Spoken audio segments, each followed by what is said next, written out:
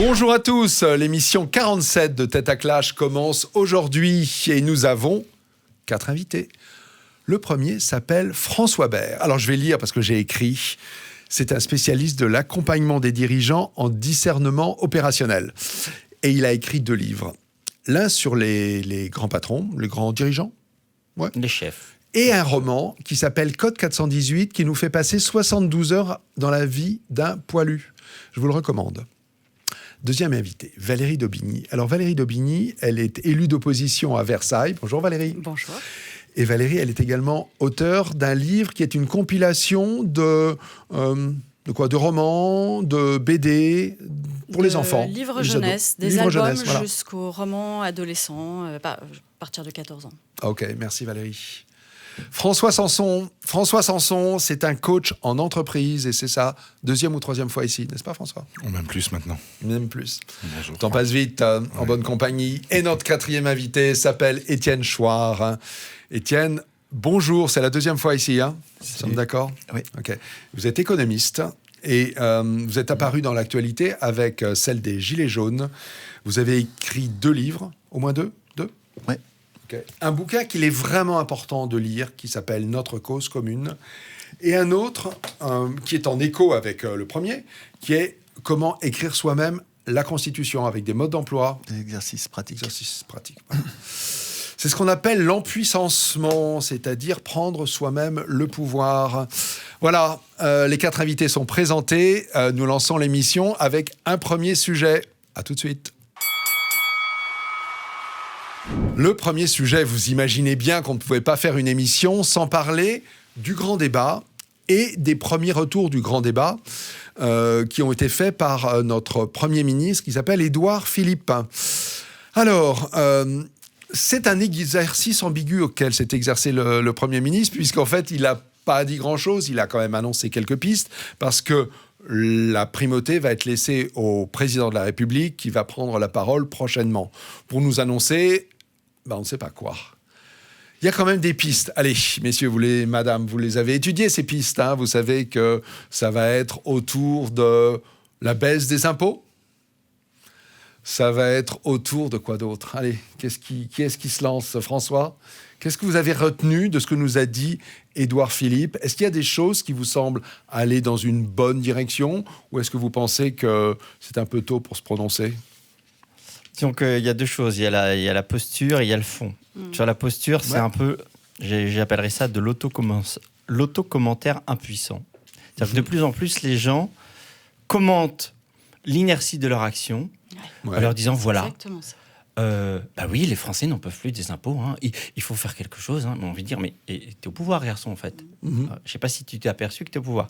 Après, moi, j'imagine d'emblée, dans la forme, et je plains là-dessus Édouard Philippe, qui se retrouve annonciateur d'une politique aléatoire future qui sera annoncée par le président, et donc il se retrouve dans une position délicate. Sur le fond, vous voyez bien que tout l'enjeu, c'est l'enjeu du grand débat derrière. Il parle quand même de grands chantiers, de propositions concrètes. Abolie, bibelot, d'inanité sonore. C'est des mots, comme dirait Ballarmé. Donc, et si je prenais une image, je parlerais un peu, c'est une campagne de Russie du mensonge. C'est-à-dire que dès le départ, j'annonçais ça, le grand débat, c'est la campagne de Russie. C'est l'enlisement dans quelque chose qui a l'air comme ça, très vaste, soi-disant pour tout le monde, sauf que vous voyez, il y a un titre de Mediapart aujourd'hui qui dit « Le grand débat confirme la volonté des changements d'Emmanuel Macron ». C'est-à-dire qu'en fait, il se sert de ce débat pour revenir à lui. Et pour dire, en fait, ça tombe bien, parce que tout ce sur quoi vous râlez, c'est ce que je veux faire moi. Sauf qu'on voit très bien que c'est toujours pareil, c'est de l'effet d'annonce. Regardez notamment ce qui a été... là-dessus, il y avait une intervention assez intéressante de Virginie Pradel là-dessus. Vous regardez toutes les annonces qui ont été faites au moment de la fameuse prise de parole en décembre sur les Gilets jaunes. Déjà, les 3/4 de ces mesures n'ont pas été appliquées au niveau fiscal. Donc, il n'y a que de l'effet d'annonce. La question, c'est, pensez-vous que le grand débat, plus d'1 million de contributions, des centaines de milliers de Français qui ont participé à des débats absolument partout en France, des débats très encadrés qui étaient parce qu'il y avait un guide de l'animation des débats, mais il y avait aussi des contributions libres dans les cahiers de doléances. Est-ce que vous pensez véritablement que le président de la République et le Premier ministre peuvent faire sans François Sanson? Alors, vous pensez que ça va être le grand vide qu'annonce François Haber ou ils ne vont pas pouvoir Moi, je pense que c'est une espèce de cloisonnement et de mise en cocotte minute de pas mal de choses. J'avais été moqué lors d'une émission Tête à Clash parce que j'utilisais beaucoup le mot enfumage, donc je vais éviter de le redire. Mais pourtant, il s'agit bien de ça, dans le sens où évidemment, alors déjà, il y a un truc qui constitutionnellement m'interpelle. Enfin, constitutionnellement, je sais pas, c'est peut-être un peu trop fort, mais on laisse à Édouard Philippe, Premier ministre, le soin d'annoncer les grandes généralités issues du truc, en attendant que le président de la République annonce les décisions opérationnelles. Je veux dire, je suis un tout petit peu étonné. Oui, mais François, c'est plutôt l'inverse. Oui, mais François, ça c'était, pardon, parce que vous êtes un vieux monsieur de la Ve République, mais la Ve République, elle a bougé le jour où le quinquennat a été aligné avec les élections législatives. Oui, mais précisément, c'est quand même très étonnant qu'on ait un régime encore plus présidentiel. Oui, non, mais, enfin, pour moi, ça a une signification. C'est pas du tout un hasard. Et je pense que la première signification de ce positionnement d'Édouard Philippe, c'est encore pour dire, alors vous m'avez missionné pour répondre à quelque chose qui s'appelait les Gilets jaunes, mais les Gilets jaunes, c'est marginal. Moi, je parle au nom des Français, etc., etc. Donc, en fait, il est dans sa mission en disant ça, François. Il ne peut pas dire « je suis le porte-parole des Gilets jaunes » puisque c'est le Premier ministre de toute la France. C'est bien sûr, mais c'est surtout qu'avant, il y a un président de tous les Français. Ouais. Et c'est ce président à qui on va maintenant l'attendre comme le Messie pour nous annoncer des résultats dans 15 jours. Ça, c'est le premier étonnement. Donc vous êtes encore doutant, hein, François. Ah, moi, c'est pas que je suis doutant, c'est que de toute façon, en plus, nous apprenons ce matin, et évidemment, on le savait si on avait un peu de connaissance de l'économie, que dans le projet de loi de finances, les 14 millions de réduction fiscale sont déjà... 14 milliards. 14 milliards de réduction fiscale, pardon, oui, ça fait... Non, j'allais faire une analogie avec les millions, parce que je lisais un article sur le fait que... il a toujours raison. Le service... Non, pas du tout. C'est parce que le service du Premier ministre disait que 68 millions de contributions, 68 millions de mots, c'était difficile à classer. C'était quand même assez étonnant quand on est 70 millions de Français, ça veut dire qu'il n'y a pas eu un mot par Français en moyenne sur l'expression du grand débat. C'est une vraie question. Mais les 14 milliards, eux, par contre, ils ont bien été déjà avancés. Donc, c'est de l'enfumage, puisqu'on va nous annoncer quelque chose qui est déjà dans la politique, ce que disait François à l'instant. Valérie, vous aussi, vous attendez à pas grand-chose ou avec ces contributions, avec cet engagement des Français, avec une assez grande diversité de ceux qui ont participé, vous dites quand même que ça doit bouger ou que ça va bouger. Édouard Philippe, là, on l'a vu au Grand Palais, on l'a vu à l'Assemblée, au Sénat aujourd'hui, jour de notre enregistrement, mercredi 10. Oui, moi j'ai regardé, ça m'intéressait, je voulais voir la manière dont il allait le présenter et puis voir si quelque chose allait sortir au fond. Je vois un homme, les mâchoires crispées, le regard fixe, qui finalement ne nous dit absolument rien, qui nous apprend qu'il faut baisser les impôts et le faire vite, la belle découverte. C'est quand même une annonce, au passage, c'est difficile en France de baisser les impôts. Bien sûr, mais bon, on attend de savoir, on attend de voir. Les impôts, les familles attendent de savoir si on va revenir sur tous ces coups de butoir qu'on leur a assénés, sur la transmission, sur le quotient familial, etc. Je parle juste de cette partie des Français. Ce que j'ai entendu, c'est plus de démocratie participative s'appuyant sur les élus locaux et les associations. Ça. Alors ça m'intéresse. Élus locaux, associations, syndicats. Les élus locaux extrêmement maltraités par Macron, rappelez-vous, qui ne s'est même pas rendu à la journée de l'association des maires de France. Il est allé à la première de mémoire et il n'est pas allé à la deuxième. Il s'est un peu rattrapé, il a tenté de le faire en tout cas, mais les maires ne se sont pas laissés gruger. Les maires ont été au cœur du grand débat, puisque finalement, vous avez raison Valérie, après les avoir ignorés, il les a remis dans le process, en se rendant bien compte que finalement, c'était la courroie de transmission qui manquait. Étant juste trié, si je puis juste et bien trié. Les élus locaux sont aussi les conseils départementaux. Les conseils départementaux qui sont assassinés de charges, notamment toutes les charges liées à ce qui leur incombe, c'est l'encadrement des... Vous dites charges et travail. Trop de travail. Non, par exemple, Beaucoup. l'accueil des mineurs isolés, Oui. c'est extrêmement lourd. Actuellement, ça asphyxie les départements D'accord. qui, dans le même temps, ont une baisse parfois jusqu'à 80% De leur dotation. de dotation. Ouais. Donc, baisser les dotations, moi, je suis pas forcément contre. Je le vois au plan municipal. Ça oblige chacun à repenser les choses, etc. Mais baisser les dotations tout en demandant toujours plus au niveau local, ça n'est pas cohérent.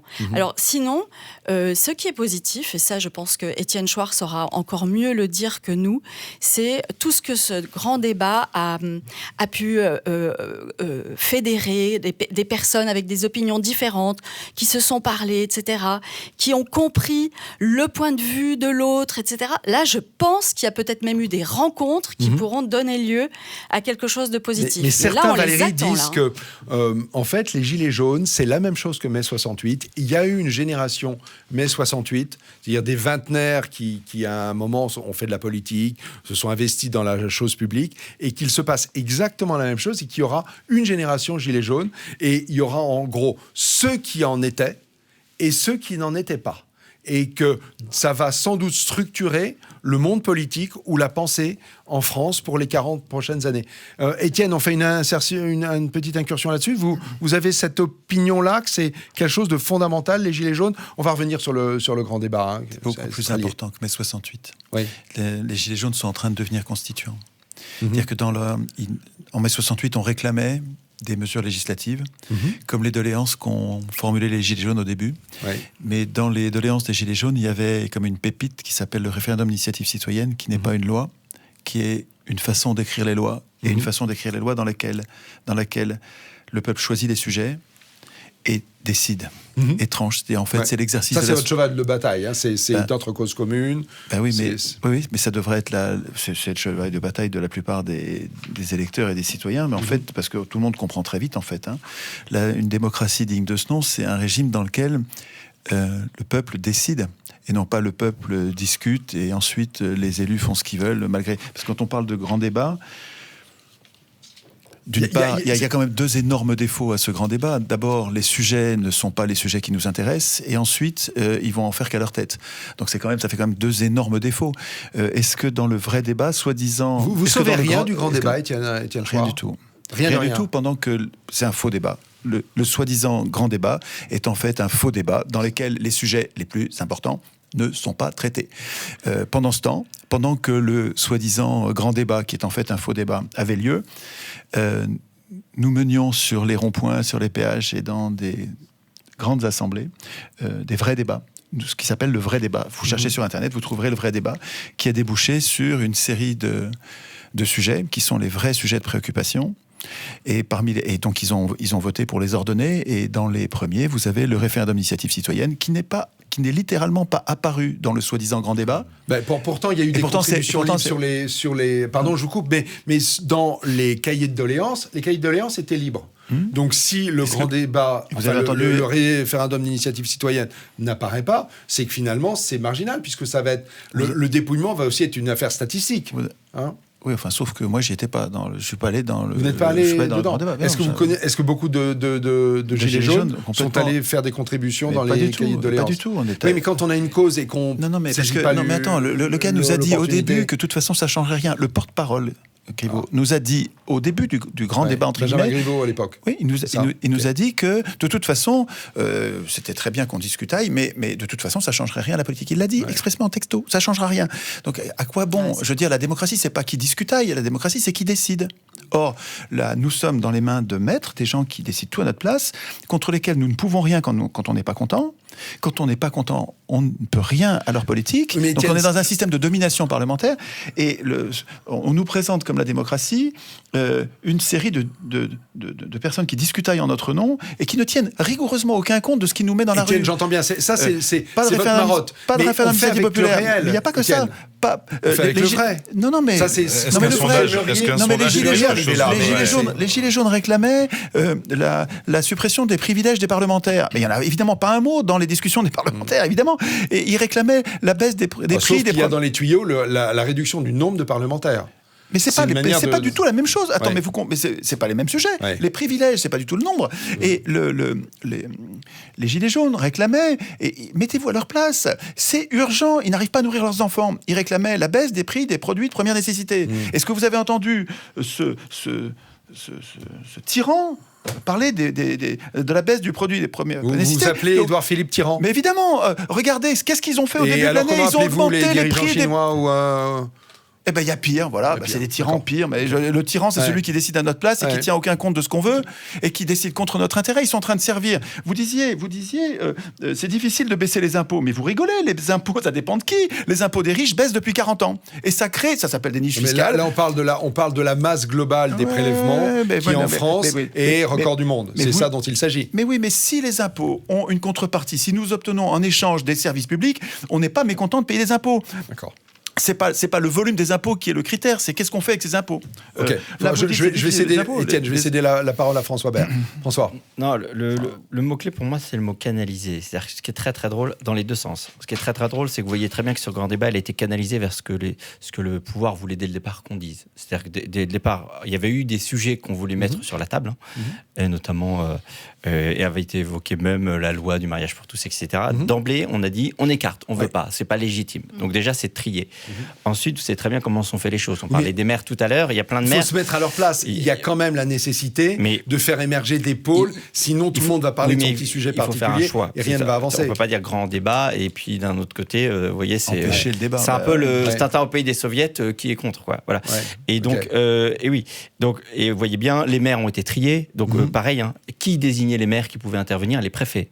Ok, préfets, c'est Mais c'est un faux débat, vous voyez, c'est pas un grand débat. donc c'est un après, faux... quand vous regardez les questions en ligne, tout était préorienté. C'est-à-dire que c'était des questions qui donnaient déjà. Les questions en ligne, effectivement, ont été structurées Et parce au qu'il y point- avait en au vue point- la- avec les le quatre déroulement, bancaires, que les mais garants- les cahiers de doléances étaient complètement oui, mais libres. au point hein. que les garants, même les garants du grand débat, Ouais. se mettent en faux et se mettent en désaccord avec la manière dont les choses se sont passées. Et après, premier L'un message d'Édouard d'entre eux, Philippe, moi. C'était on ne la pourra pas première. faire une restitution exhaustive. Vous voyez, donc, Exactement. donc en fait, Mais vous la voyez bien question, comment c'est ça regarde. comment Donc, on ça fait a été pour qu'on canalisé. analyse en contribution. contribution. Donc, Donc, parlez première de- chose, de- canalisation c'est- de l'information si vite. vers ce qu'ils veulent. Le problème après, ce serait canalisation de l'action. Là, on a un vrai difficulté. Tout l'enjeu, alors après, le débat serait immense sur les institutions. On est un peuple monarchique, c'est la difficulté. Enfin, c'est la difficulté, c'est aussi une réalité et que quelque chose dépend beaucoup du pouvoir et qu'aujourd'hui, on a un pouvoir qui est autiste, mais autiste pathologiquement, qui C'est- n'entend pas la réalité qu'on lui présente. J'entends en fait il n'est entrer- pas autiste par rapport aux réquisites des multinationales et des banquiers. Hein. Ça, il les entend très bien, par contre. Ou de l'Europe. C'est une surdité. Une surdité sélective. ouais. On prend l'exemple de l'immigration. Dans les cahiers de doléances, ce thème était très présent. Oui. Il n'est absolument pas dans les restitutions. On sent bien qu'il y a eu canalisation. Et du coup, Non, mais c'est des tricheurs, c'est des j'en menteurs. reviens à mon Pardon, niveau. mais le problème, Ouais. moi je voudrais juste Oui. qu'il y ait un petit peu de bon sens, parce qu'il y a eu 1 million de contributions. Et Et, alors on est dans Mais une... c'est pas dans tant que une ça. Pas beaucoup, ça. C'est pas tant que ça, enfin. Bah pardon, à dépouiller 1 million de contributions, Mais soit c'est on veut un l'exemple résultat qu'ils ont dans donné. 2 ans, Mais encore faut- soit on veut un résultat, et c'est un petit peu les réseaux sociaux, on voudrait que ça se passe tout de Je vais vous suite. donner juste un Donc, exemple il qui est faut- très ça n'a- parlant. c'est Je compliqué, vais vous hein, donner les parce choses que- en une image. Vous voyez très bien, c'est un des Par rapport reproches à qu'on a fait. l'immigration, hein. Je te laisse la parole juste après. Ouais. Juste une image. On a parlé de l'omniprésence d'Emmanuel Macron. Vous voyez bien le problème. Emmanuel Macron, pourquoi il est autant impliqué dans le débat? Parce qu'il fonctionne structurellement sur le fait qu'il est parfait, il a raison, rien ne changera à ça, et il va venir sur le terrain convaincre que tout ce qu'il fait est parfait. Ça Il fait n'est pas là penser à pour Kim écouter. Jong-un, quoi. Ça fait penser Ouais. à. Et donc- C'est un et donc, manipulateur. un tyran, Je, quoi. je vous ai coupé, Non, Valérie, non, non, concernant pas- l'immigration. non, non. Vous pensez Mais- que c'était très présent dans les cahiers de doléances et pas assez au... Et je pense que c'est très présent dans les esprits et Oui. que les gens se sont aussi un peu muselés sur la question pour pouvoir exprimer peut-être plus largement leurs revendications. En attendant, c'est quand même le fond de la question. Et c'est pas c'est pas l'immigration en tant que telle, je pense aujourd'hui. Le vrai, C'est le vrai rejet, c'est pas tant l'immigration en tant que telle, c'est la considération qu'on a pour la problématique actuelle de la migration Oui, c'est ça. par rapport à nos SDF Maltraités, qui exactement. montent en Le C'est un sujet problème très d'injustice, mal c'est ça. traité. C'est un problème C'est d'injustice. exactement ça que Fondamentalement, les gens le mot, ressentent. le mot-clé de Ouais. tout ce qui se passe aujourd'hui, c'est le mot justice. Hein. Et, À tous les niveaux, c'est ça. Avec aucune institution pour résister. Oui, c'est ça. Nous prenons conscience Qu'est-ce que serait une que nous sommes institution pour impuissants résister politiquement. Mais des institutions, une constitution, c'est précisément un texte qui nous permettrait de résister à nos représentants quand nous ne sommes pas contents. Le problème, c'est que nos institutions, donc la constitution, vous ne devriez pas vous en séparer, la constitution, ça devrait être notre protection, et en fait, c'est notre prison politique. Dans ce texte-là, nous n'avons aucun moyen de résister. Vous devriez connaître ce texte. Dire nous en tant que citoyens. Mais oui, tous les humains qui vivent sous l'empire la démocratie représentative, vous semble... C'est un oxymore, oui, tout à fait.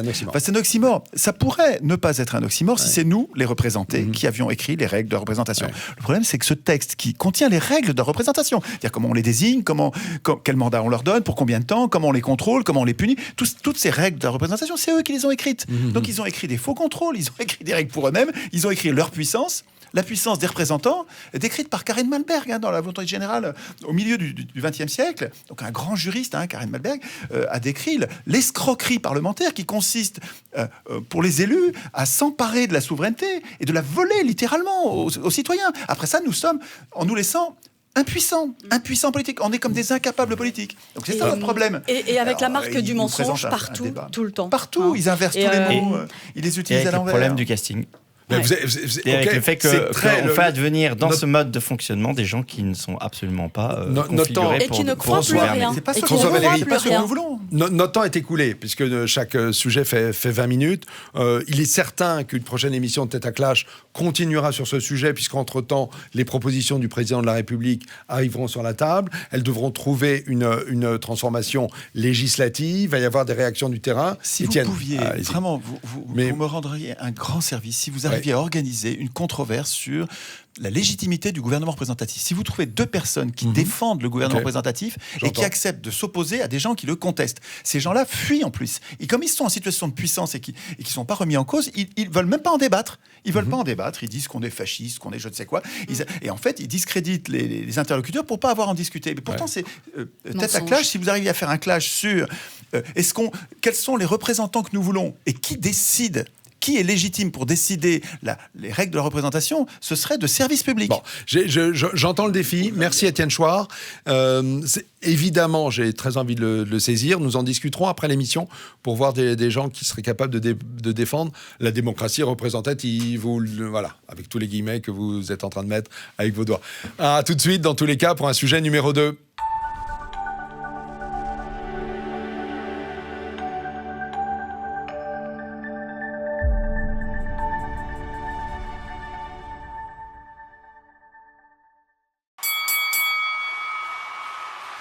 Sujet suivant, Jean-Michel Blanquer.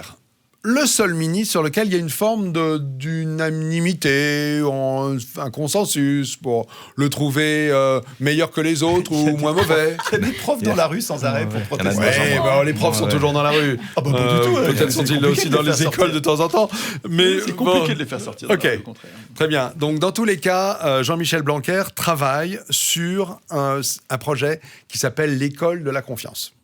Alors l'école de la confiance, c'est pas mal de sujets à la fois. C'est l'obligation d'instruction dès 3 ans. Autrement dit, avancer d'1 an, le fait d'aller à l'école. C'est, alors je les ai devant moi, c'est la possibilité d'innover davantage dans la pédagogie. C'est également un plus grand contrôle des familles qui font l'enseignement de leurs enfants à la maison. J'imagine plus de liberté, donc. Alors, vous pouvez le voir comme ça, Valérie. Je sais que c'est une de vos marottes. Il y a, crois, derrière ça également les écoles islamiques et compagnie. Je pense qu'il y a des choses pareilles. Il y a également quelque chose autour de l'exemplarité du personnel avec en corollaire le respect dû aux enseignants. Or, on sait qu'il y a une violence de plus en plus grande qui s'exprime contre les enseignants. Et il y a un sujet que j'ai sorti de tout ça, qui est qu'est-ce qu'on fait des élèves hyper violents, ceux qui sont en fait balancés d'un lycée à un autre comme une patate chaude parce que personne n'en veut, parce que quand ils sont à l'école, dans la classe, ça se passe très mal.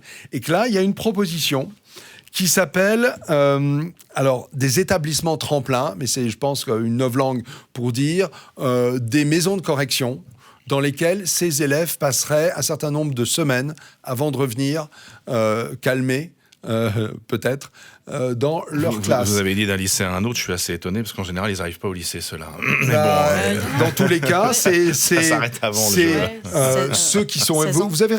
François, vous avez raison, ce sont des élèves qui sont balancés de collège en collège et qui, pour certains, sont balancés de lycée en lycée. Mais c'est vrai que le problème se pose d'abord au collège. Est-ce que, sans revenir sur toutes les mesures de Blanquer, est-ce que cette mesure qui consisterait à isoler ou à éduquer ces élèves et à les sortir du contexte de l'école, est-ce que ça vous satisfait? Je vais vous donner la parole, Étienne Chouard, parce qu'on en a un petit peu discuté off, et vous avez un point de vue qui m'intéresse beaucoup.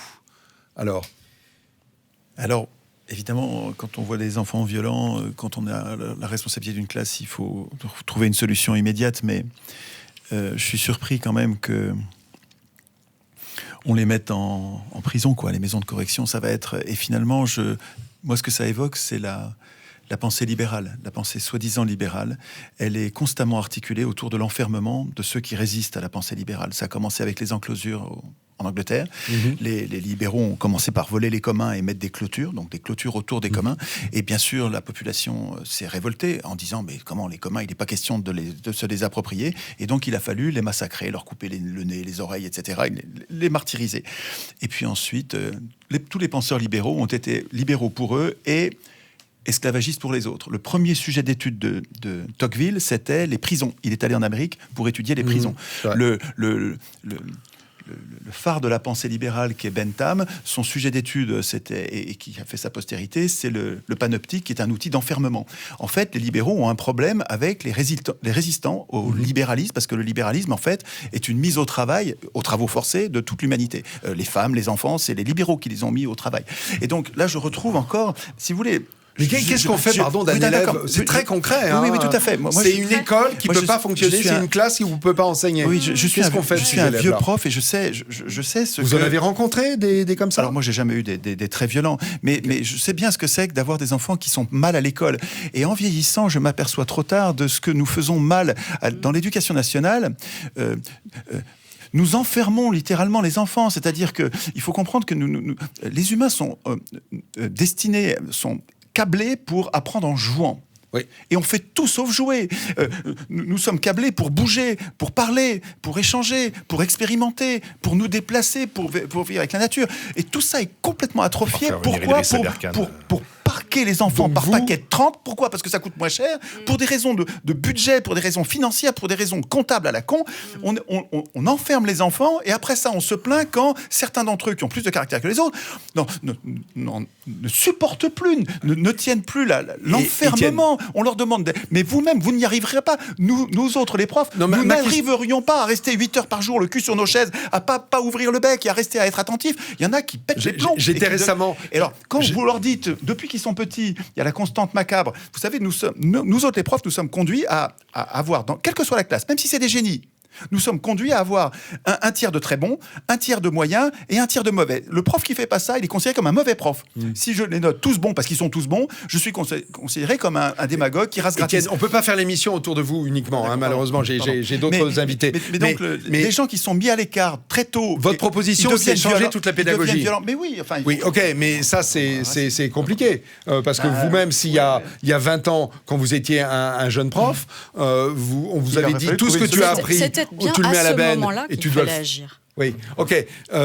Moi, j'entends bien, et j'étais en Finlande récemment. Finlande, c'est le pays où il y a les meilleurs résultats. Et qu'est-ce qui se passe? On scolarise les élèves beaucoup plus tard qu'en France, beaucoup plus tard que dans n'importe quel autre pays. On leur apprend à écrire et à lire beaucoup plus tard que dans n'importe quel autre pays. Et pour autant, au fameux test PISA, enfin, je ne sais pas si c'est les tests PISA, mais ils ont, dans tous les cas, de très bons résultats en termes d'apprentissage de la lecture, de tout ça. Et Franck, il vient de ressortir premier dans le report sur le bonheur de cette année. Exactement. Donc, manifestement, il y a un problème en France. François, je sais que vous voulez prendre la parole. Cette mesure particulière de Blanquer, elle vous paraît hors d'usage par avance, comme le dit Étienne Chouard, ou vous lui trouvez un peu de mérite? Il faut voir exactement comment elle fonctionne. Pour moi, il y a deux niveaux déjà. Il y a le niveau politique global. C'est-à-dire qu'en France, on ne peut pas décorréler la manière dont les choses se passent du travail judiciaire global en France avec un laxisme général qui fait que, à partir du moment où il y a un laxisme... Un laxisme, pareil, alors qu'il y a plein de gens en prison en France, et plus jamais... Allons plus que jamais. Allons jusqu'au bout si vous voulez, laissez-moi juste dérouler, comme ça on revient après.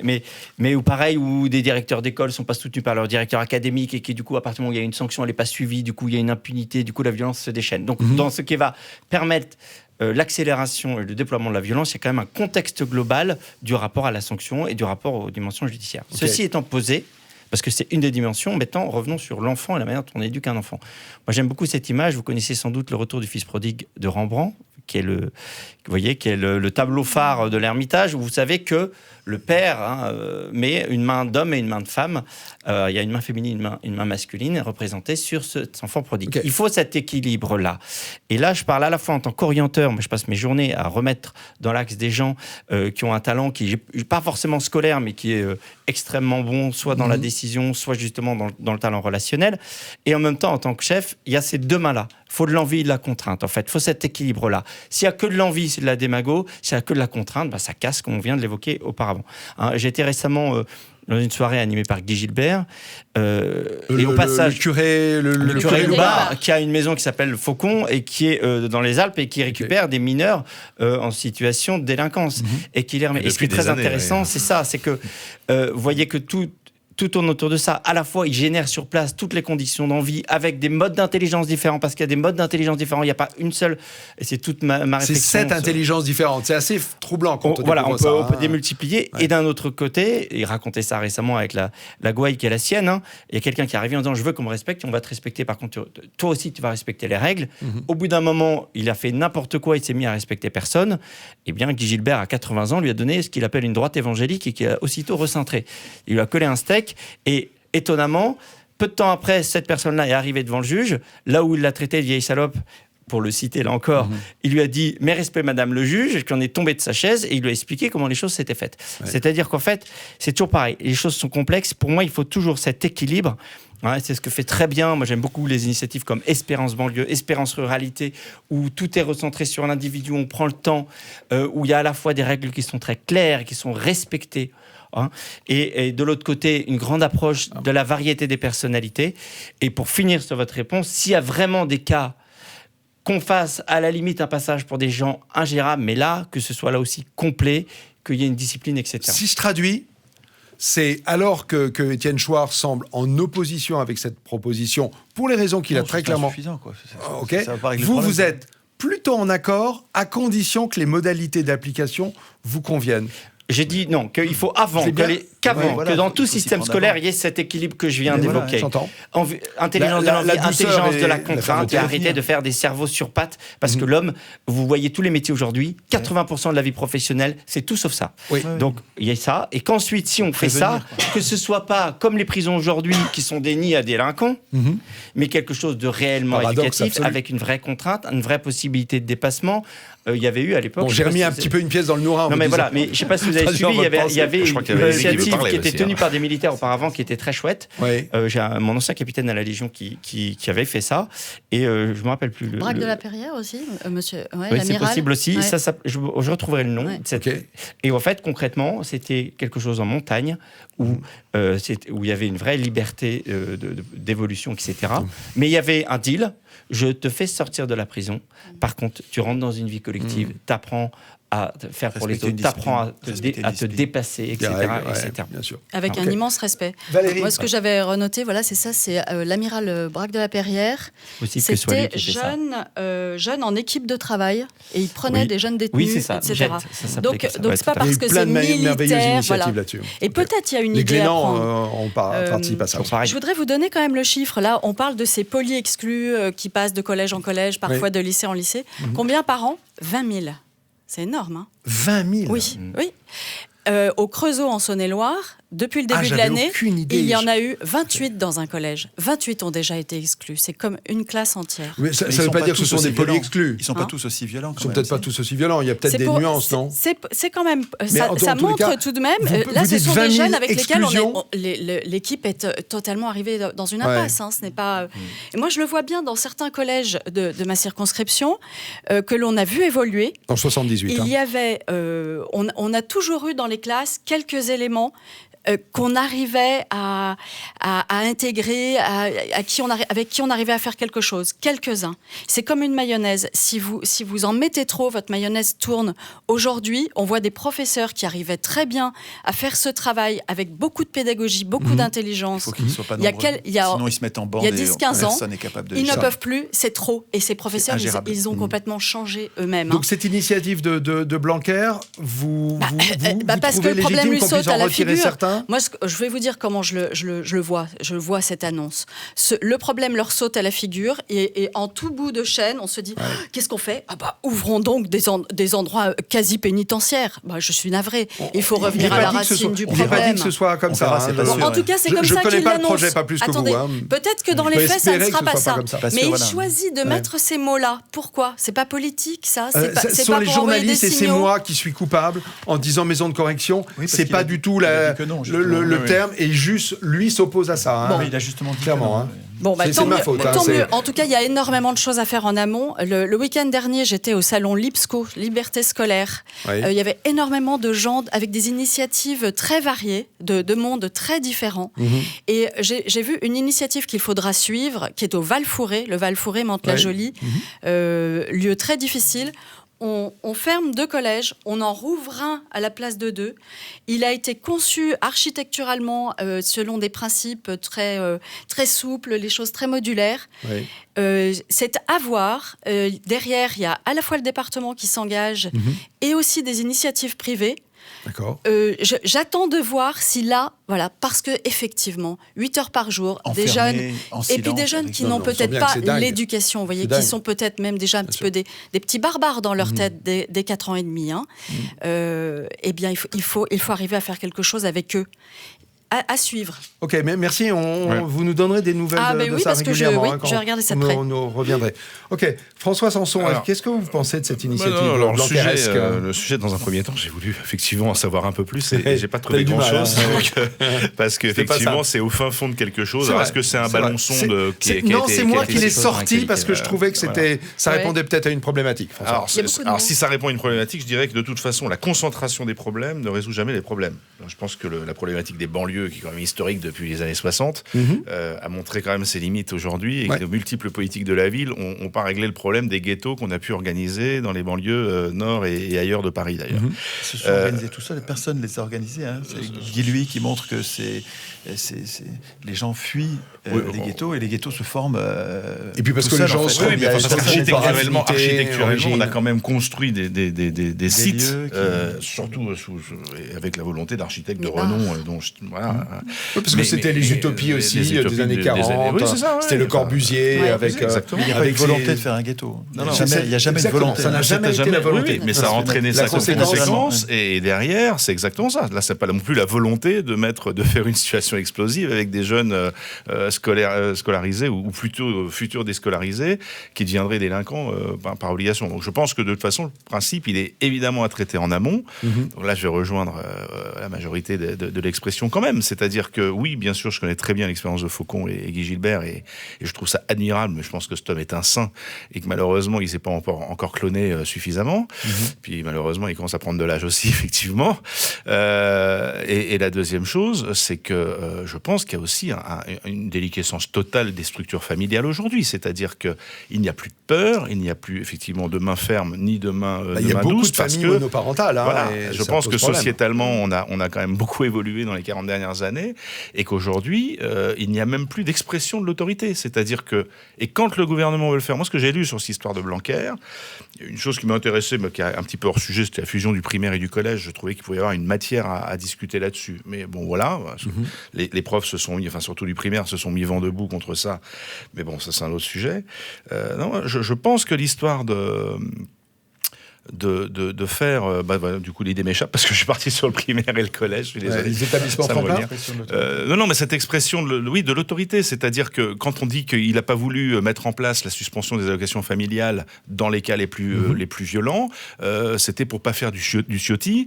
Je trouve ça ridicule, c'est-à-dire on revient dans un débat politique où on veut pas ressembler à quelqu'un. Là, etc. la tendance, ce serait plutôt éventuellement faire des amendes pour les familles. Enfin, les amendes, elles sont déjà pas payées pour le port du voile intégral. Alors, qu'est-ce que vous voulez qu'on fasse Non, mais enfin, voilà, alors, ça veut rien dire. Et j'ai envie de noter une petite chose là depuis le début de notre discussion, une petite incohérence. On parle de Blanquer qui nous propose dans son école de la confiance de scolariser les enfants très tôt. Moi, je suis totalement contre. Et justement, Franck, vous nous avez parlé de la Finlande qui obtient d'excellents résultats en scolarisant tard. Donc, petite chose à observer. C'est intéressant. Effectivement, ce serait appeler école de la confiance un projet qui consiste à finalement retirer les enfants le plus tôt possible des familles. C'est presque avouer qu'on n'a pas confiance dans les familles. Parce que l'école s'investit du rôle d'éducatrice. Est-ce qu'on ne lui demande pas ?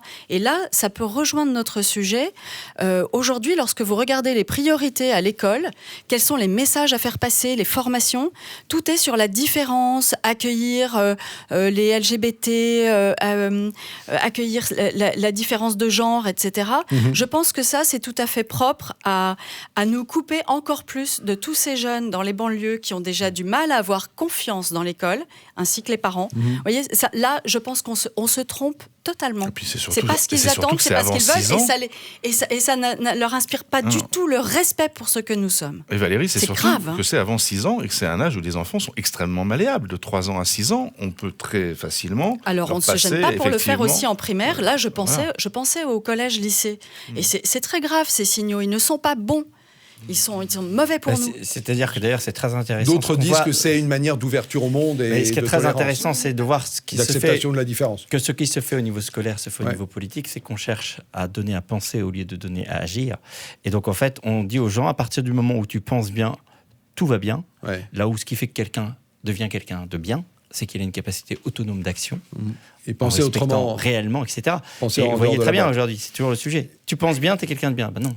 Étienne, je vais vous donner le mot de conclusion, parce que je vous ai vu prendre pas mal de notes. J'imagine pas que vous soyez en train d'écrire votre prochain bouquin en direct. Non, je prends des notes. Mais moi, j'ai dit au début, il me semble que il faudrait prévenir ces situations de révolte. Ces enfants violents, en fait, se révoltent contre un système qu'ils considèrent comme carcéral. Alors, c'est vrai que les parents qui ont des enfants qui vont bien, qui marchent bien, qui s'adaptent bien à ce système d'éducation se disent finalement ce sont les enfants violents là qui sont inadaptés et la faute vient des enfants puisque les miens se sont adaptés, c'est pas normal que cela ne s'adapte pas. Mais quand on prend un peu de recul et qu'on observe ce qu'on demande aux enfants, aucun des adultes ne serait capable de supporter. Aucun des adultes, ni des profs, ni des ministres, ni des commentateurs, ne serait capable de rester tous les jours de toute la semaine, 8 heures par jour, assis sur son derrière, sans pouvoir parler, sans pouvoir bouger. Il suffit de voir une assemblée de profs, une réunion de profs, mais au bout de un quart d'heure, ils se mettent à discuter, à bavarder et à faire autre chose. Nous ne tenons pas en place. Les humains ne tiennent pas en place. Donc, bon, voilà, il y a des enfants. Vous appelez à une réforme globale de l'école. Il y a de très belles initiatives contre le décrochage, avec des professeurs qui s'impliquent. Et on pourrait aller enseigner dans la colline. Il y a énormément de belles choses qui se font. Comme les instituteurs faisaient autrefois, emmener les enfants se promener, faire des observations. Bien sûr. On en vient à rêver du cercle des poètes disparus. Oui, mais il y a plein d'écoles qui font ça déjà. Avec des classes toutes petites, des classes toutes petites. Mais ça, c'est la division en CP, en primaire. On pourrait ouvrir juste une petite lucarne sur un sujet tout à fait transversal. Si les classes sont si nombreuses, c'est parce que l'État manque d'argent. Je rappelle que, je vous en ai parlé la dernière fois qu'on s'est vu, je crois, le fait que l'État manque d'argent est une dinguerie. L'État devrait créer la monnaie quand il dépense, il devrait détruire la monnaie quand il reçoit l'impôt, donc il devrait être capable de produire autant de services publics que nous voulons, en mettant d'ailleurs au passage les chômeurs au boulot, créant de la richesse au lieu de ne rien faire. Donc, nous devrions avoir autant de services publics que nécessaire, autant d'EHPAD, autant d'hôpitaux, autant d'écoles avec des petites classes, en créant la monnaie nécessaire pour mettre au boulot tous les jeunes gens qui cherchent du travail. Des millions de chômeurs qui sont là à rien faire. à rien faire, alors qu'il pourrait très bien s'occuper des enfants, et il s'en occupait très bien, parce qu'il serait correctement payé. Il suffirait de créer l'argent. Au lieu de ça, on s'est fait piquer la création monétaire par les usuriers, ce qui est une dinguerie. Dans les ateliers constituants que font les Gilets jaunes, je vous signale que nous étudions, nous nous entraînons à écrire non seulement le RIC, nous écrivons nous-mêmes le RIC, nous écrivons nous-mêmes les règles sur les médias pour qu'ils soient enfin indépendants, parce que vous avez 9 milliardaires qui ont acheté tous les journaux du pays, donc ça, on l'interdit dans la Constitution qu'on écrit, et puis on réfléchit à la monnaie et à la création monétaire. Nous réfléchissons à la façon d'instituer une puissance publique qui soit capable d'être employant en dernier ressort, en créant la monnaie quand il dépense et en détruisant la monnaie quand il reçoit l'impôt. Il est fort, Étienne Chouard. On était sur le sujet Blanquer et il nous a remis dans le RIC. Et voilà. Mais c'est la cause de ces grandes classes, de ces trop grandes classes, c'est bien le manque d'argent. Or, je vous signale que c'est une dinguerie que l'État manque d'argent. Voilà. Ok, merci Étienne Chouard. C'était la fin de notre deuxième sujet. Nous nous retrouvons dans quelques secondes pour le sujet suivant. À tout de suite donc.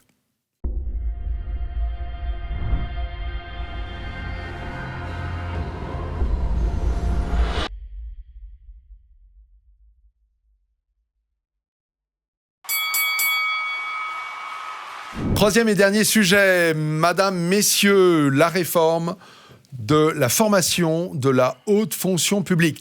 Et ne me dites pas que c'est un sujet marginal, parce qu'il est certain qu'actuellement, la haute fonction publique est dans l'œil du cyclone et que de nombreux gilets jaunes et citoyens qui ne sont pas engagés du côté des gilets jaunes reprochent à la fonction publique d'être hors sol. Et une des propositions que fait Emmanuel Macron, c'est de réformer complètement l'ENA, Polytechnique, éventuellement l'École nationale de la magistrature, et donc de donner d'autres origines, de donner la possibilité à des gens ayant fait d'autres études, ayant des expériences professionnelles différentes, d'accéder à la haute fonction publique pour la diversifier. On parle même on parle même de tirage au sort, ce qui va faire le plaisir à Étienne. Ok, tu vois, ça m'avait échappé. Alors, présenter comme ça, c'est super sexy et ça vous emballe ou je vais donner la parole à quelqu'un qui est issu d'un grand corps. Oui. C'est François Bert. François Bert, il a fait Saint-Cyr. Alors, est-ce que c'est à Saint-Cyr? C'est pas l'école de la reproduction, des mêmes, c'est-à-dire, je cite de mémoire, l'ENA, c'est 6 enfants de cadres sur 7 élèves à l'ENA. C'était 45% il y a 20 ans. Donc là, on voit que finalement, ce sont les mêmes qui sont éduqués au sein de ces grands corps. Ça n'a pas été votre cas à Saint-Cyr? Je pense que Saint-Cyr est une relative exception, même s'il y a bien sûr des mauvaises tendances, et on va y venir. Mais c'est-à-dire que notamment Saint-Cyr fonctionne par ce qu'on appelle l'aide au recrutement, par les lycées militaires. Oui. Et moi, je suis passé par là. Et dans les lycées militaires, j'avais le fils de serrurier, le fils de gendarme, le fils de paysan. C'était quand même très varié. Ouais. Et justement parce que l'aide au recrutement, c'était que n'importe qui pouvait passer par ces prépas militaires de manière gratuite pour accéder à ce grand corps. Et former déjà quelque chose là. Voilà. Donc, je pense que Saint-Cyr, pareil, il y a peut avoir la tendance un peu de premier la classe pour certains. Oui. Après, moi, je suis un miracle scolaire, donc voilà, j'ai redoublé 3 fois. Il devait y avoir des contrats emploi solidarité quand je suis rentré, je ne le savais pas. Mais ce qui est sûr, c'est que pour moi, la vraie réflexion, c'est de distinguer, et c'est intéressant de le voir au niveau de la politique, entre le décideur politique et le grand serviteur de l'État. Déjà, parce que c'est pas les mêmes personnalités, c'est pas les mêmes attentes. Le décideur politique, son métier, c'est l'écoute du contexte pour décider, et donc il y a une question de personnalité de chef, là où le serviteur de l'État, il est là pour produire un contenu dense. C'est pour ça que Juppé aurait jamais dû quitter le grand corps des serviteurs de l'État. Et quand il fait de la politique, c'est la calamité qu'on connaît. Bruno Le Maire avec ses 2000 pages, c'est pareil. Et je vous ramène à toute ma réflexion sur le temps des chefs est venu en disant aujourd'hui il y a un problème de casting, parce que précisément on a soit ces grands serviteurs de l'État qui se lancent en politique et ils sont complètement à côté de la plaque, ils créent ce que je dis des paquebots dans des criques grecs, c'est-à-dire des choses parfaites qui ne peuvent pas sortir, ils montent des échafaudages de pensée complètes, mais la vraie vie elle ne fonctionne pas comme ça, elle commence par un zodiaque et puis d'étape en étape on va vers quelque chose qui colle à la réalité du terrain. Donc même pour un haut fonctionnaire qui est censé gérer des situations complexes, vous êtes en accord avec le fait qu'il devrait venir, d'ailleurs, que certains pourraient avoir été serruriers, parce que finalement, ça apprend aussi à voir le monde autrement? Mon critère, plutôt que de passer de la sélection. Aujourd'hui, le problème, c'est qu'on n'a que des sélections sur des critères cérébraux. C'est-à-dire qu'il y a la logique du premier de la classe. En gros, les maths. On parlait tout à l'heure des 7 intelligences. C'est une des 7 intelligences. Voilà, mais en gros, vous voyez, rappelez, enfin, dans mon livre, je parle de 3 moteurs de personnalité en disant on est tous prêtres, prophètes et rois, mais il y a bien des prêtres, des prophètes et des rois. Oui. Les prêtres, c'est les professionnels du lien, c'est tous les vendeurs qu'on connaît, c'est Sarko, Hollande, etc. Les prophètes, c'est tous les professionnels du contenu. Et donc là, c'est la plénitude des Juppé, Le Maire et compagnie, qui sont des gens qui savent, mais qui savent tout sauf décider. Prêtre, on leur prophète, demande. Et roi. Et un roi, son métier, c'est écouter les contextes pour décider. Pour trancher. Et dire par étape, Et voilà ce qu'il faut. et écouter le prophète et le prêtre. Hein, qui sont autour de lui. C'est toute la deuxième partie que j'ai en disant la solution, si on reste dans la métaphore religieuse, c'est la trinité professionnelle. C'est-à-dire qu'il faut les 3 personnalités pour que ça marche, mais il faut bien que celui qui décide soit le chef. Jeanne d'Arc, vous voyez, je n'ai pas en mémoire une forme d'éducation très développée qu'elle ait pu avoir. En revanche, elle a été capable de moucher ses juges parce qu'elle discernait par étape et par question ce qui était essentiel. Mais pour revenir sur la question de la formation, je trouve dans les choses intéressantes, c'est le rapport au terrain. Moi, je collerai tous les énarques, effectivement, avec la BAC et même voir, si possible, en immersion dans les zones de non-droit pour qu'ils puissent découvrir de toutes leurs pores la réalité de ce que vivent les gens dans ces choses-là. Ça éviterait les constructions dans les amphis surchauffés. Alors, pardon, je vous coupe, François, mais c'est une des propositions. C'est pour ça que je dis ça. C'est la sortie de la botte. C'est-à-dire qu'en sortant de l'ENA, selon le rang de sortie, il y a des choix qui sont possibles vers les grands corps. Et ça, ce serait quelque chose qui serait aboli. Voilà. Après, pour moi, il y a toute la réflexion, mais ça, c'est toute la fonction publique de manière sur le rapport au service. C'est-à-dire qu'aujourd'hui, on considère que, en gros, être fonctionnaire, c'est limite un droit et il n'y a pas de service correspondant. En tant qu'officier, pour le coup, on le paye assez chèrement. On sait qu'on a des avantages, mais en termes d'exposition, de risques, etc., on sait ce que c'est. C'est que ça représente. Il y a un deal quand même qui est fait. On n'a pas le droit de grève. Pareil, le droit de grève limité, pour moi, ça ne me gêne pas à partir du moment où on est grand serviteur de l'État, etc. Et après, la vraie question par rapport aux élites, c'est de les aligner par rapport à la finalité. C'est-à-dire que soit on fait un seul corps d'élite qui est ouvert à tous, auquel cas on présélectionne sur des critères de personnalité pour savoir qui sera quoi, soit on fait des corps dédiés, grands serviteurs de l'État, je te donne la possibilité d'être sachant, François, mais je fais en sorte que tu ne bascules pas en politique ou sur des métiers dans lesquels tu seras plus compétent. François, ce pantouflage, rétro-pantouflage, comment est-ce qu'on l'interdit ? Il y a ça, bien sûr. C'est scandaleux, quoi. Mais avant même ça, j'entends Étienne, on va revenir là-dessus. Avant même ça, ce qui est remis en cause, c'est l'origine sociale, et c'est le même qui reproduit le même. Non, mais enfin, l'ENA a déjà été réformé il y a quelques années avant de partir à Strasbourg, etc. Ça a quand même été aussi pour en faire les origines, comme Sciences Po d'ailleurs a été réformé de la même manière. Pour autant, ça n'a pas changé fondamentalement la haute François, fonction publique. Sciences Po, ça a pas mal changé. Oui, ça a beaucoup changé. Le taux de boursiers, il y a un tiers de boursiers. Mais un peu moins, mais ils vont où après un peu plus d'un Ils quart. vont où après ? Parce qu'une fois qu'on a fait Sciences Po, on ne fait pas forcément l'ENA derrière. Exactement. Ça règle pas le problème. Exactement. Il n'empêche que Richard Descoings, qui était le directeur de l'époque, a vraiment changé beaucoup de choses dans... Apparemment, Étienne a plein de trucs à raconter. Le sujet n'est pas pour moi la variété du recrutement, c'est la manière dont on met les gens en alignement par rapport à la mission. On oublie tout le temps de parler de la mission, en fait. C'est-à-dire que le vrai sujet, c'est pas quelqu'un qui vient de tel ou tel endroit. Le vrai sujet, c'est qu'est-ce que la personne est prête à donner à partir du moment où elle rentre dans un corps comme ça. Oui, mais en même temps, et comment on va garantir qu'il le donne quand on va l'empêcher de pantoufler, c'est-à-dire d'aller s'enrichir. Oui, mais en même temps, avec c'est ses réseaux dans les boîtes pardon, donner juste un élément c'est aussi exercer sa liberté. Mais c'est pas bien. Non, c'est pas bien. Je vous donne juste une seule phrase. François, la politique croît à proportion de l'absence de légitimité. Moins on est légitime quelque part, plus on fait de la politique, plus on fait semblant. D'accord. Mais pourquoi vous dites la politique, c'est faire semblant ? Ça peut être autre chose. La politique au sens de ceux qui font de la politique. Vous savez, c'est comme dans les grands groupes, les gens qui font de la professionnels. politique, qui font de l'écran, on parlait d'enfumage, etc. Moins quelqu'un est légitime. En gros, vous prenez Hollande au pouvoir, qu'est-ce qu'il fait ? Il est incompétent pour décider. C'est un bon candidat. Donc en fait, il fait de la politique, il fait de la communication. Oui, donc c'est la politique. Et c'est pareil sur le pantouflage. Au sens communication Au sens mauvais du terme. Celui qu'on défie. Étienne, je vous écoute là-dessus. Pour moi, Keynes disait la place des économistes, donc ça serait ici des experts, c'est sur la banquette arrière. Donc il ne faut pas leur donner le volant. Le problème, c'est que les experts ont pris le pouvoir. Ouais. Ils ont pris le pouvoir dans le pays. C'est un scandale absolu. Il y a un très bon livre que je n'ai pas apporté, je n'avais pas pensé qu'on parlerait de ça, mais qui est de Paulin Ismar, qui s'appelle « La démocratie contre les experts » et qui nous rappelle qu'à Athènes, les experts, il y avait des experts, ils avaient besoin d'experts. Nous avons besoin d'experts. Chacun a besoin d'experts parce que c'est une manière d'avoir les éléments. Sauf qu'à Athènes, les Athéniens faisaient bien attention à ce que les experts soient esclaves. Les experts, on c'est avait un peu tellement... radical. On avait... Oui, non Il me mais, semble. non, mais ça ne voulait pas dire qu'ils étaient malheureux, hein, ils étaient bien traités, ils vrai. n'étaient pas pauvres. Ouais. Mais simplement, ils n'avaient pas de pouvoir politique. Ouais. Comme ils avaient peur, les Athéniens, ils n'étaient pas bêtes du tout, je peux vous dire, ils faisaient plus de politique que nous. Nous avons désappris à faire de la politique avec cette maudite procédure de l'élection qui consiste à tout abandonner notre souveraineté et ce qui fait qu'on décide de rien. Nous avons désappris à faire de la politique. Les Athéniens, ils faisaient de la politique et je peux vous dire qu'ils y réfléchissaient et ils se méfiaient par le jeu de l'expérience, ils se méfiaient des experts parce qu'ils savaient que les experts, il y avait de fortes chances qu'ils leur prennent le pouvoir, qu'ils les dépossèdent de leur pouvoir de décider, et ils en faisaient des esclaves, non pas pour les humilier, mais pas pour les garder à distance du pouvoir. Moi, je peux vous dire que les gilets jaunes qui s'entraînent, et nous devrions tous devenir gilets jaunes, parce que les gilets jaunes, ils sont exemplaires, ils donnent l'exemple. Ils sont vigilants par rapport au pouvoir, comme nous devrions l'être.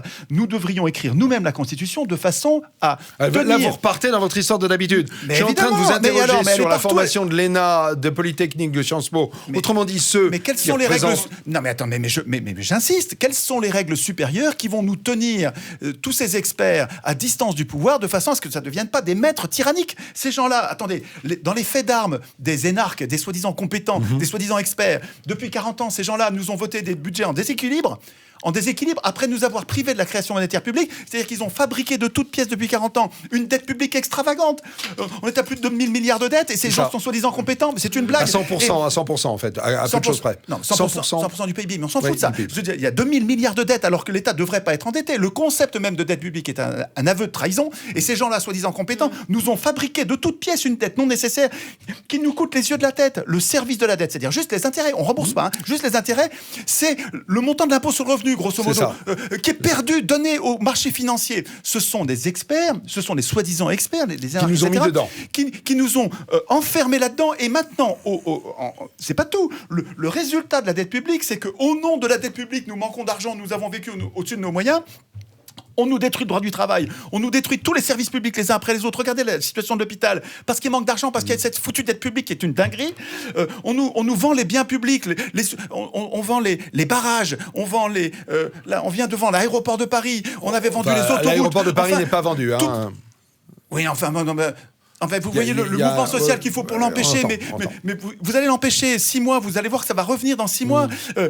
Ces gens-là, au nom de la dette publique, sont en train de détruire l'État, de détruire... ces gens-là n'exercent pas la souveraineté au nom du peuple. On peut revenir sur la formation des élites. Oui. Mais non, mais c'est pas des élites.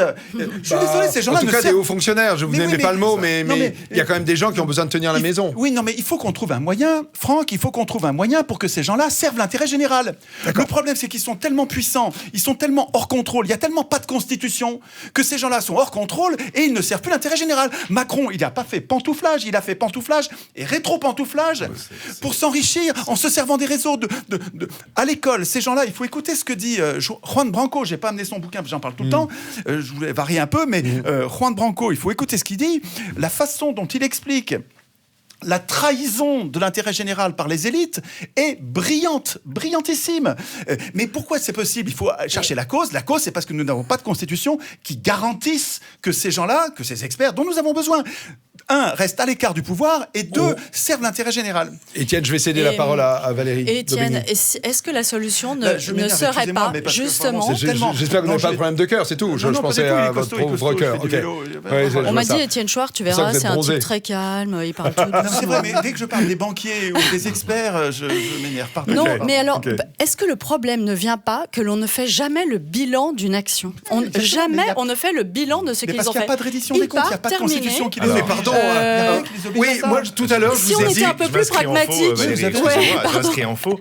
On fait le bilan. Oui. Et on n'en tient pas compte. On n'en tient pas compte. Non, mais je veux dire, eux n'assument jamais leur bilan. On ne dit jamais, voilà, là tu t'es tollé, ça coûte parce tant. Que la Cour des comptes n'a pas le moyen parce que l'entretien de fin d'année, c'est les élections. Bon, théoriquement, l'entretien de fin d'année, c'est au moment des élections, on se présente. Non, parce qu'on repart dans les mots, dans la com. Ils se font piéger eux-mêmes. Simplement, une chose que j'aurais voulu pouvoir dire au début, c'est que ce recrutement de personnes du privé, il existe. Il y a ce qu'on appelle le 3e concours. C'est tout à fait vrai. Qui Et d'ailleurs, il est n'est à peu pas près... question de le remettre en cause Bon. parce qu'on sait bien que c'est une porte de derrière qui est Alors, utile. Il la est société certain, civile, ouais. il est certain ils n'ont pas le même statut et qu'ils sont bien tous snobés C'est par, des énarques de deuxième par les catégorie. petits jeunes Ils se font qui, à flinguer. 25 ans, étaient Bien déjà sûr. dans le tous truc. les codes, tous les Bien codes Et qui, sociaux, eux, la façon dont on mange, avancent c'est ça dont on parle. en Ça scaphandre dont on parle. blindé. Ça, Ouais. on le voit bien. Et qui sont formatés pour considérer qu'ils ont toujours raison. Mais bon, voyons que cette voie existe déjà. Et ça a C'est marché. peut-être Et ça a donc, marché quand même. là-dessus, c'est peut-être ça qu'il faut renforcer. Hein, il faut avoir eu, je crois, 8 ans d'activité, de mandat ou associatif. Et avoir moins de 40 ans, je Bon, crois, quelque chose il y a comme des ça. choses Il y a qui deux peuvent se faire. conditions, Ce que- une ce que- condition d'âge. J'ai essayé de regarder ce qui se faisait en Allemagne, etc. Bon, c'est intéressant de comparer. On voit que de toute façon, ce recrutement, toujours dans une même classe, il ne faut pas non plus partir dans la remise en question artificielle de ça. Il y a des choses qui naturellement se font. Je ne suis pas en train de dire que En c'est l'espèce, merveilleux, qu'il ne naturellement, faut pas lutter. Valérie, l'ascenseur social en bon. France est en panne et naturellement, il marche de moins en moins bien. En attendant, Et il s'élève en de moins en Allemagne, moins haut. on donne plus de temps, on arrive plus à la force du poignet et par son expérience à gravir les échelons dans l'administration. Et surtout, on continue toujours à se former, des formations en permanence. Valérie, il n'y a Et aucune sinon- raison pour que l'enfant de quelqu'un de bien devienne quelqu'un de bien aussi. Le fils Non. de Lagardère est un nul complet. Ouais. Il a détruit, Non, il mais a je- détruit Bon, lui, ELS. il est habillé pour l'hiver. C'est pas dément, ça quoi. que je veux défendre, mais je veux dire que Oui, bah, non, mais c'est ça qui se passe. j'aime pas beaucoup quand, Non, mais c'est ça le de problème. manière un peu démago, on Mais c'est dit pas démago. voilà bon, il faut se méfier de Les ça. enfants des gens Regardez bien les ne choses sont avec pas mécaniquement pragmatisme. des gens bien. Ok. Et Là, pourtant, je les comprends. gens bien d'accord. se débrouillent pour Il que faut- leurs enfants réussissent mieux que les autres. C'est quand même extrêmement problématique, quoi. Quelles sont les filières qui font que les enfants des classes aisées deviennent aisés à leur tour, alors qu'il n'y a aucune raison. Il y a aucune raison. Une des mesures qui a été proposée par Blanquer, c'était la division des petites classes pour que tout le monde ait la chance d'arriver en 6e en sachant lire, écrire, compter. On peut quand même Il serait grand temps. se dire que c'est Il une était bonne temps. manière Oui, il était temps. d'amortir, d'aplanir les oui. difficultés Bon. sociales Mais de départ. Valérie, pourquoi vous parlez de démago? C'est pas démago, l'idée de Parce que- parce que je- casser le côté héréditaire. Non, mais les de- copines de avec la Arnaud formation. Lagardère, c'est Pas tout. du tout. Mais- Mais non, tiens, Non. je finis toujours par me faire caricaturer, moi, ici. Non, mais Mais sortez de la boîte, moi je Pourquoi ça vous a vous fait, ai mis pas. pourquoi ça vous a fait l'effet d'être démagogique? C'est pas du tout Ouais. démagogique. Non, Non, c'est qu'on en a fait Il y a un. un Je On crois que entend, alors, Valérie les s'oppose. énarques. Non, Eh ben, quand même, on a un problème voyons. avec- Ah, si, on a un oui, problème pour avec moi, les il y a un problème. énarques, Non, mais quand c'est pas un même. problème de lutte des classes, à mon sens. Ah ben comment, pourquoi pas? C'est pas un problème de C'est lutte ça. des classes. Il y a- C'est ça c'est que pas que, je. quoi. Il n'y a pas je de suis mauvais trop soldat. d'accord. Moi, je pense C'est que c'est je marrant reviens- parce que ce concept de lutte des classes qui était complètement périmé Ouais, avec la chute du Mais il est mur. central, enfin, c'est- il mais est finalement il comme le revient. de la figure, là. Mais Il n'y a pas- pas de mauvais soldats avec des mauvais. François, c'est vous qui allez avoir le mot de la C'est fin. dommage, Attention. parce que hein. moi, j'en Il y ai a pas pas de suivi mauvais- le début pour le Ah oui, mien. oui, c'est vrai que je parle pas beaucoup. suis un peu frustré. J'interviens pour compléter. Bah désolé, c'est Bon, c'est comme ça, bah, c'est ah la bon, fin du ah débat bon, et c'est bah, François tant qui va l'avoir. Eh ben, c'est pas grave. Je À la règne, table. je suis le roi. Pour moi, il n'y a pas de mauvais soldats avec des mauvais chefs. C'est-à-dire, ce qui est intéressant, c'est de faire la liaison avec Ouais. le sujet précédent et celui-là. C'est-à-dire qu'encore une fois, les enfants, ils ne sont pas bons ou mauvais, c'est ce qu'on en fait. Et donc, Ouais. tout est dans cet équilibre-là. C'est pareil. Pour avoir eu la chance, moi, d'être à la Légion étrangère et d'avoir des gens qui arrivaient avec dossiers et qui se transformaient. Au moment de la loi de la moralisation politique, les gens disent: est-ce que vous pensez à ça? Je dis: moi, je propose le système Légion étrangère. Tout le monde arrive avec un dossier et on en fait des gens qui sont bien. Vous J'étais voulez aussi dire un à dossier, Douai. c'était on Bah, admettait dans la Légion étrangère des gens qui avaient un dossier judiciaire. judiciaire, Voilà. hein, c'est ça. J'ai eu la chance d'être aussi dans le nord de la France, à Douai, avec un régiment entre guillemets de cas sociaux, avec des gens qui avaient des réelles difficultés. Vous en faites ce que vous voulez à partir du moment où vous les commandez bien. Donc c'est pareil. Le problème pour moi, ces élites vont à volo. Pourquoi? Parce que typiquement, on parlait de l'expert qui a le pouvoir. Je suis tout à fait d'accord avec ça. L'expert qui a le pouvoir, il ne sait pas faire. C'est-à-dire que le mec qui a un paquebot dans un cri grec, pour reprendre cette image-là, il va venir insulter J'aime le port, beaucoup. il va passer en force, il va faire n'importe quoi parce qu'il lui manque la qualité première. Et c'est pour ça que c'est le titre de mon livre, Le temps des chefs est venu. C'est eux dont on a besoin. Et, Un peu de pub le quand même, hein. discernement. Le discernement. C'est-à-dire qu'en fait, pour moi, il y a un équilibre, et j'entendais beaucoup aussi Étienne là-dessus. Il faut pouvoir avoir un accès aux institutions, mais les institutions, tôt ou tard, elles sont habitées par des personnes, et le vrai sujet aujourd'hui pour moi qu'on a, c'est le casting. En fait, on vomit toute une classe politique que le système médiatico-structuré de manière experte, etc., produit sans cesse. Des super vendeurs avec On pourrait des, faire des une experts. émission sur le livre de François, sur le temps des chefs est venu, parce que ça m'intéresse de voir comment vous pensez. Étienne Chouard est en train de prendre le pouvoir. Comment vous pensez Il en est comment vous pensez à Il voulait même changer le nom de l'émission. la limitation des pouvoirs des chefs. Ça m'intéresse. Je ne sais pas si Il vous m'a en commandé parlez. 2 émissions. Bien sûr. C'est-à-dire qu'en fait, il y a à la fois il y aura la dimension juridique, mais pour moi, un chef naturel, c'est ça que je reviens sur le moteur de personnalité. Un chef naturel, c'est un dispositif anti-idéologie à lui tout seul, parce que son mode de pensée, quand Descartes dit « je pense, donc je suis », il parle que des experts, des prophètes. C'est-à-dire pour eux, ça part de la tête, ça va vers le réel. Un chef, par nature, je cite Louis XIV, gouverner, c'est laisser agir la facilité du bon sens. Un chef, par nature, c'est quelqu'un qui écoute le contexte pour produire de la décision. Mais comment vous garantissez qu'il ne devienne pas un tyran? Vous avez des moyens, des garanties, des après, il y a règles? pas mal d'autres choses, on pourra en parler, le sujet est bien autour de ça. Ok. Allez, Bien sûr. messieurs, merci beaucoup. Madame, j'espère ne vous avoir pas mis dans la caricature. Non, Pardon, pas du François. Ok. Problème. François pas beaucoup Sanson. Je reviendrai. Voilà, reviendra. Alors, Étienne Chouard me commande 2 émissions et François Sanson s'invite. Ben voilà. Vous imaginez bien que je n'ai pas le contrôle, c'est terrible. Allez, trêve de plaisanterie. Merci Merci de de votre la pertinence de vos interventions. Merci du travail que ça représente. Merci de votre présence, donc. Et j'espère que vous aimez cette émission. Ah oui, La prochaine fois. Oui, on parlera. Voilà, ok. Allez, Un un bon petit peu de bouquin pub. J'espère que de vous aurez deux jeunes gens envie de remarquables. lire ce livre. Formidable bouquin. Ok. Très Étienne Chouard, marrant nous- et pertinent. C'est By the Appointment of Étienne Chouard. Très bon. Allez, Très bon bouquin. on se retrouve dans 15 jours pour une nouvelle émission. Merci beaucoup et à très vite donc. Au revoir.